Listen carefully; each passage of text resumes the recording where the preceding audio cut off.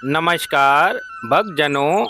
एकादशी के दिन भगवान विष्णु की पूजा की जाती है और यह हिंदुओं के सबसे बड़े महत्वपूर्ण त्योहारों में से एक है, क्योंकि ये भगवान विष्णु को समर्पित है। एक वर्ष में 24 एकादशियां होती हैं। शुक्ल और कृष्ण पक्ष के दौरान एक महीने में 2 एकादशियां होती हैं। हालांकि हिंदू चंद्र कैलेंडर में अधिक मास को जोड़ने पर एकादशियों की संख्या बढ़कर 26 हो जाती है। इस दिन भगवान विष्णु जी की पूजा अर्चना करते हैं और एक दिन का उपवास रखते हैं। इस दिन भगवान विष्णु की पूजा करने पर भक्तों की समस्त मनोकामनाएं स्वयं ही पूर्ण हो जाती हैं। इसलिए भगवान का सच्चे मन से ध्यान करें ताकि आपके जीवन का भाग्य उदय हो जाए। अश्विन मास के शुक्ल पक्ष की एकादशी तिथि को पपानकुशा एकादशी के नाम से जाना जाता है। एकादशी के जिस व्रत से पापों पर अंकुश लग जाए तो उस व्रत को पपानकुशा एकादशी कहा जाता है।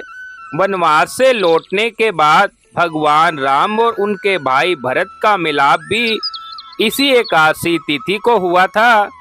इस वजह से इस तिथि का महत्व और भी बढ़ जाता है।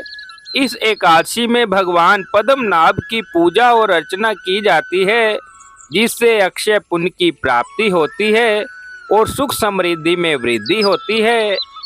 इस एकादशी का नाम पपानकुशा क्यों पड़ा, अब इसके बारे में बताता हूँ।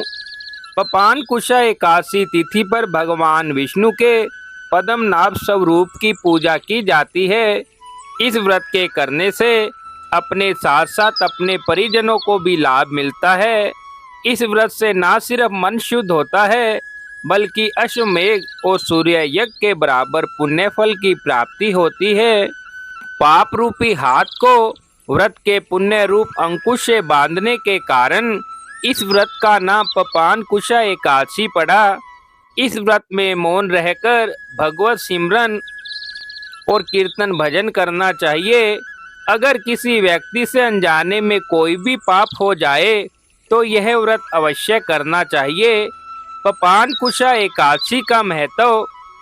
एकादशी का व्रत करने से जब तप के समान फल की प्राप्ति होती है और 3 पीढ़ियों को पापों से मुक्ति मिल जाती है।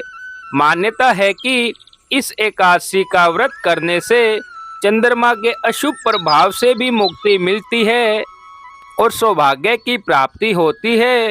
इस दिन व्रत करने वाले व्यक्ति को यमलोक में किसी प्रकार की भी यातनाएं नहीं सहनी पड़ती। पपानकुशा एकादशी का महत्व।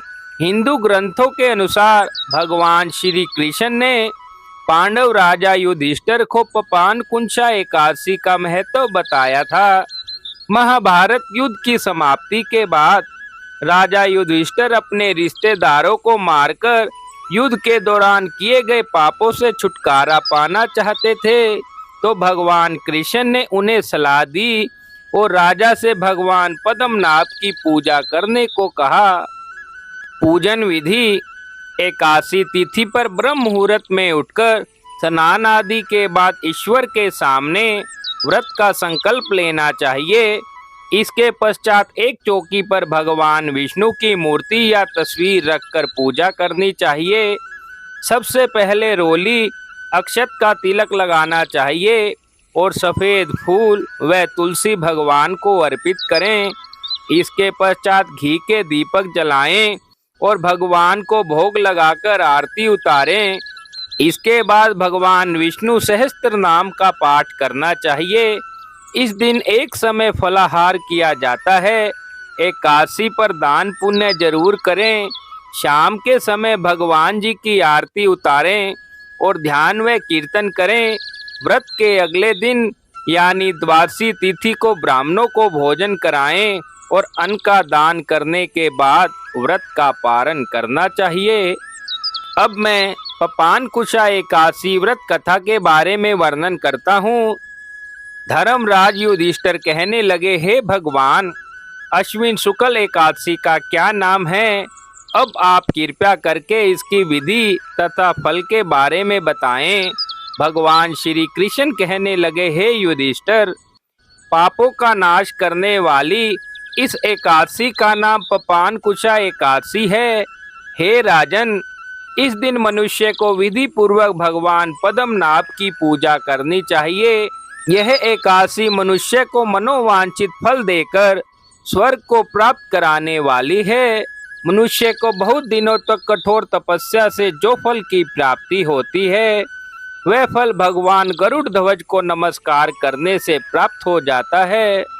जो मनुष्य ज्ञानवश अनेक पाप करते हैं परंतु हरि को नमस्कार करते हैं, वे नरक में नहीं जाते। विष्णु के नाम के कीर्तन मात्र से संसार के सब तीर्थों के समान पुण्य का फल प्राप्त हो जाता है।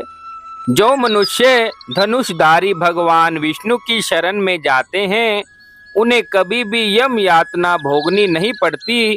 जो मनुष्य वैष्णव होकर शिव की और शैव होकर विष्णु की निंदा करते हैं, वे अवश्य ही नरकवासी होते हैं। सहस्त्र वाजपेयी और अश्वमेघ यज्ञों से जो फल की प्राप्ति होती है, एकादशी के व्रत के 16वें भाग के बराबर भी नहीं होता। संसार में एकादशी के बराबर कोई भी पुण्य नहीं है। इसके बराबर पवित्र 3 लोकों में कुछ भी नहीं है। इस एकादशी के बराबर कोई भी व्रत नहीं है। जब तक मनुष्य पद्मनाभ की एकादशी का व्रत नहीं करते, तब तक उनकी देह में पाप वास कर सकते हैं। यह एकादशी स्वर्ग, मोक्ष, आरोग्यता, सुंदर स्त्री तथा अन्न और धन को देने वाली है। एकादशी के व्रत के बराबर गंगा, गया, काशी, कुरुक्षेत्र और पुष्कर भी पुण्यवान नहीं है। हरिवासर तथा एकादशी का व्रत करने और जागरण करने से सहज ही मनुष्य विष्णु पद को प्राप्त होता है। हे युधिष्ठिर, इस व्रत के करने वाले 10 पीढ़ी मातृ पक्ष, 10 पीढ़ी पितृ पक्ष, 10 पीढ़ी स्त्री पक्ष तथा 10 पीढ़ी मित्र पक्ष का उद्धार कर देते हैं। वे दिव्य देह धारण कर चतुर्भुज रूप हो पीतांबर पहने और हाथ में माला लेकर गरुड़ पर चढ़कर विष्णु लोक को जाते हैं। बाल्य अवस्था, युवावस्था और वृद्ध अवस्था में इस व्रत को करने से पापी मनुष्य भी दुर्गति को प्राप्त न होकर सद्गति को प्राप्त होता है। अश्विन मास की शुक्ल पक्ष की इस पपानकुशा एकादशी का व्रत जो मनुष्य करते हैं, वे अंत समय में हरिलोक को प्राप्त होते हैं तथा समस्त पापों से मुक्त हो जाते हैं। सोना, तिल, भूमि, गो, अन्न, जल, छत्री तथा जूती दान करने से मनुष्य यमराज को नहीं देखता। जो मनुष्य किसी प्रकार के पुण्य कर्म किए बिना ही जीवन के दिन व्यतीत करता है, वह लोहार की भट्टी की तरह सांस लेता हुआ निर्जीव के समान ही है।